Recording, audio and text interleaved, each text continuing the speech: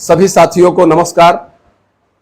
आज हमारे स्टूडियो में बाढ़ विधानसभा चलकर एक साथी आए हैं।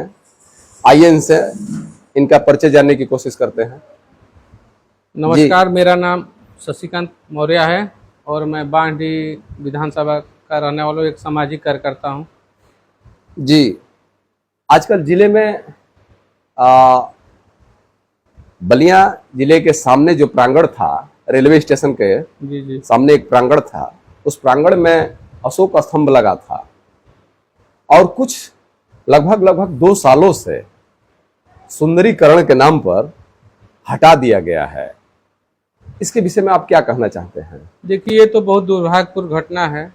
अशोक स्तंभ हमारे राष्ट्रीय चिन्ह है और हमारे जो सम्राट अशोक महान थे, जो हमारे ही समाज से बिलोंग करते थे और गौरवशाली हैं हम लोग कि हम लोग मौर्य समाज के वंशज हैं।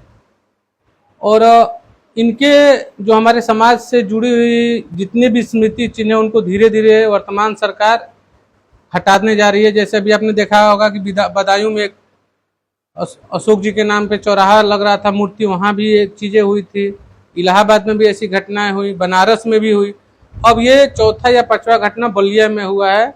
जो वर्षों से लगा हुआ अशोक स्तंभ, उसको रेलवे प्रशासन द्वारा सुंदरीकरण के नाम पे हटाया गया है और रेलवे विभाग का कोई भी उच्चाधिकारी इस बारे में अभी तक बोलने के लिए तैयार नहीं है।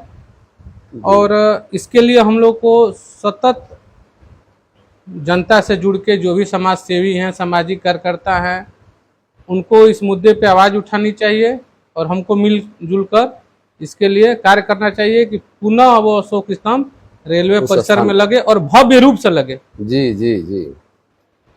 तो हमें तो लग रहा है कि ये सरकार भले ही आपको मुझे तो लगता है कि ये सरकार हमारे इतिहास को मिटाने का काम कर रही है।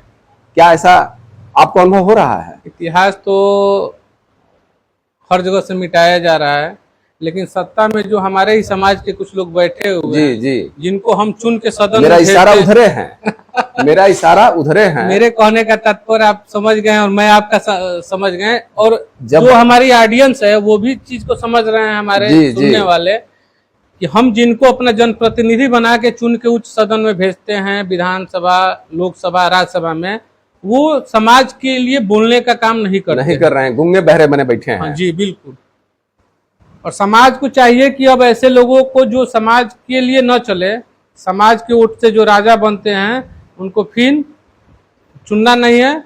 उनके जगह पे जो समाज के लिए चले, लगातार सतत चले, जो समाज के बारे में सोचे, वैसे लोगों को चुन के सदन में भेजने का कार्य करना चाहिए, जो सदन में जाके आपकी आवाज बने। जी जी जी, बहुत बहुत धन्यवाद है। आपने खुले तौर पर अपनी बात रखे, इसके लिए बहुत बहुत धन्यवाद है शशिकांत जी। धन्यवाद भैया।